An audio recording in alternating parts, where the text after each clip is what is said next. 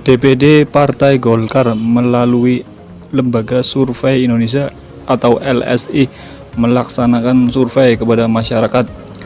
Farouk Ibnul Haki, bakal calon wali kota Tegal, dinilai paling unggul tingkat popularitasnya. Berikut disampaikan Ketua Tim Pemenangan Farouk Ibnul Haki, Haji Supriyanto. Berkenan hadir atas informasi yang kami sampaikan ke penerima aspirasi dan posko pemenangan Farouk Ibnul Haki calon wali kota Tegal 2024-2029. Adalah Mas Wali. Beliau secara eksplisit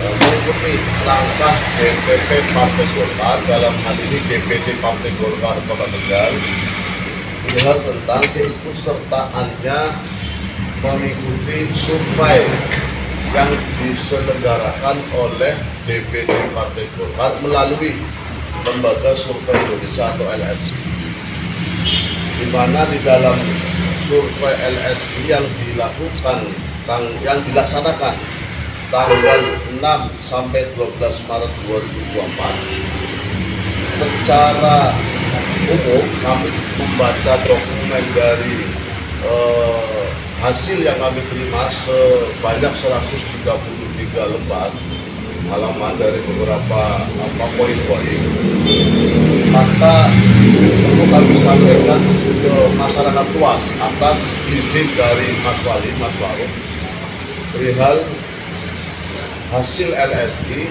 tentang siapa dan bagaimana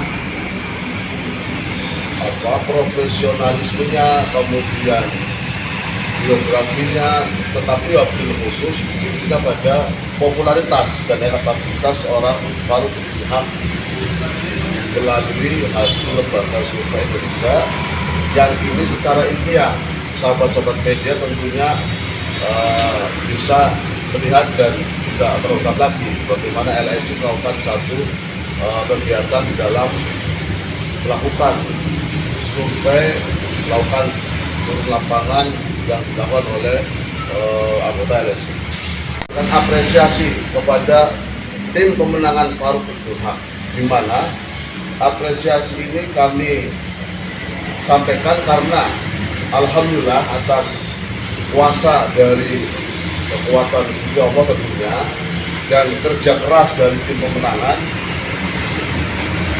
bahwa secara eksplisit jika Pilwalkot dilaksanakan, Pilwalkot Tegal dilaksanakan hari ini, maka secara data LSI memberikan satu hasil dari survei, Farouk Ibnul Haki adalah orang yang dipilih oleh masyarakat Kota Tegal sebagai pemenang.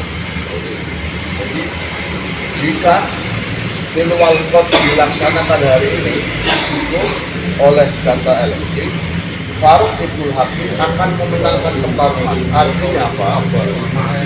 Bahwa secara elektabilitas maupun popularitas Farouk Ibnul Haki mengungguli dengan data persentase dengan 3 kandidat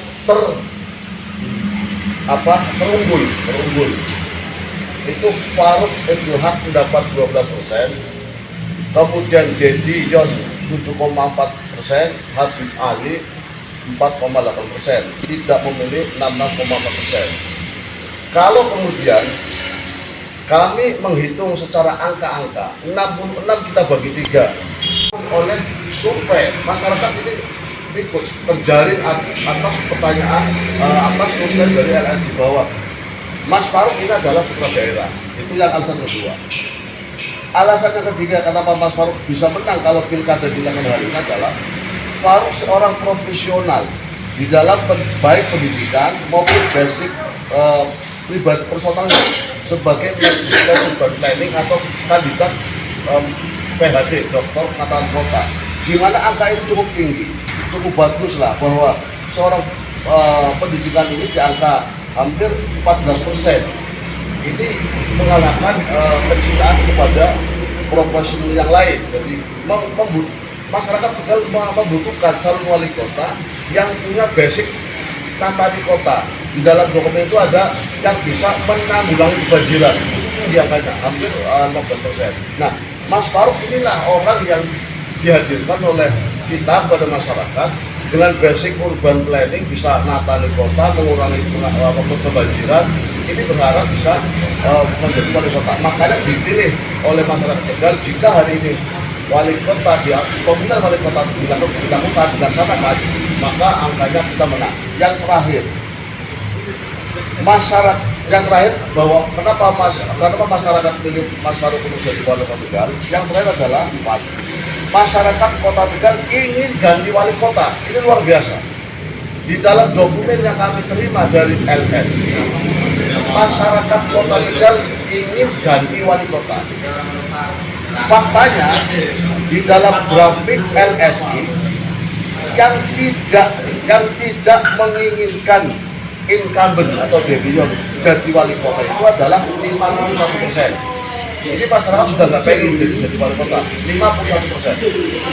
Sedangkan yang menginginkan kembali 38,4%. Yang tidak tahu itu 10,6%. Artinya kalau kemudian dijual, tetap masyarakat tidak ingin jadi wali kota, incumbent jadi wali kota kembali. Nah, itulah yang mendorong kenapa Mas Faruk pun landing bagus di survei inti kalau wali pilkada dilaksanakan hari ini, maka akannya bagus. Nah, memplan begitu kami menerima dokumen LSI yang pertama, karena LSI akan melakukan survei 3 kali. Nanti di bulan Juni di minggu kedua kalau tidak salah itu melakukan kembali. Tentunya pertama kami memperketat dan memperkuat tim pemenangan. Satu.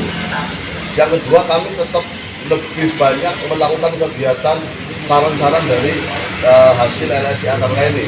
Kami akan memperbanyak APK, kami akan memperbanyak kegiatan turun lapangan, itu yang kita garap. Tentunya itu untuk mempertahankan dan kita meningkatkan hasil yang mengembalikan kembali di survei kedua. Tidak ada partai yang Gerindra kita komunikasi dengan PAN dan Demokrat. Kenapa saya katakan Mas Faruk adalah tim TKN untuk kebutuhan Kabupaten Kediri. Kemudian dikatakan Mas Faruk dengan Mas Wali Gibran, tentunya itu menjadi penting, apalagi jabatan Mas Faruk ini adalah sekjennya Erick Thohir.